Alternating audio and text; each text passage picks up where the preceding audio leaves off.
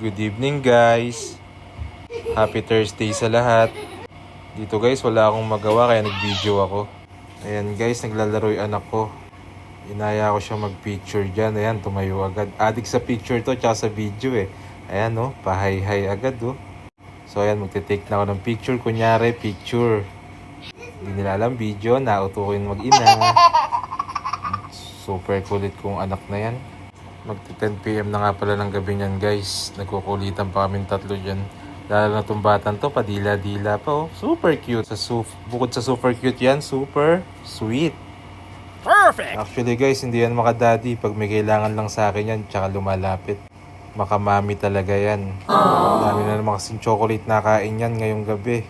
Kaya ayan guys, parang bulating inasinan. So, sobrang kulit. Nagkikisay sa kulit. Grabe yung bata. Pero okay na yung ganyan guys. Kaysa may sakit, di ba guys? So, kitang-kita kong healthy ang aking anak. So yan guys, yung mami niya dyan magsusukat na yan dahil nagti-TikTok affiliate din pala yung asawa ko. So nice. Ayan guys, pasukat-sukat na yan. Kaysa wala nga rin namang ginagawa sa bahay. Wala rin namang problema kung susubukan namin, di ba guys? Di namin iniisip na kumita dito guys. Iniisip lang namin na gawing libangan. Ayan na naman ang aking baby. Napakakulit, nagbabalerina daw siya dyan. So yan talagang pinakaregalo sa akin ni Lord, yung anak ko na yan. Simula yung lumabas yan guys, natigil lahat ng kalokohan ko sa buhay, mga bisyo at kung ano-ano pa man. Halos lahat guys, pinagdaanan ko, hindi ako nagmamalinis. Kaya kung ikaw, ginagawa mo yung mga maling ganyan sa buhay, mag-isip-isip ka na ngayon pa man at hindi tama yan. Walang kahinat ng maganda yan.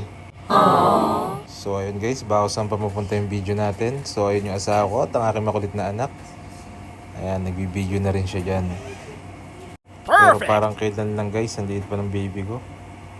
Ngayon, baby damulag na. Dati guys, pala alis ako ng bahay. Pero nung lumabas to, hindi na talaga. Kami rin kasing mag-asawa lang nag-alaga dito. Yung mga magulang kasi namin guys, nasa mga probinsya.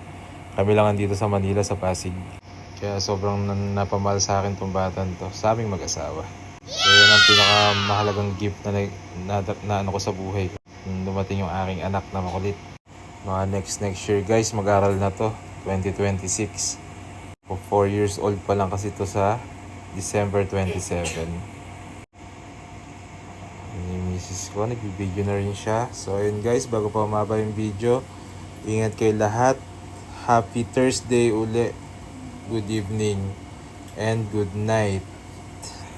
One like, Subscribe! share, and subscribe po. Subscribe!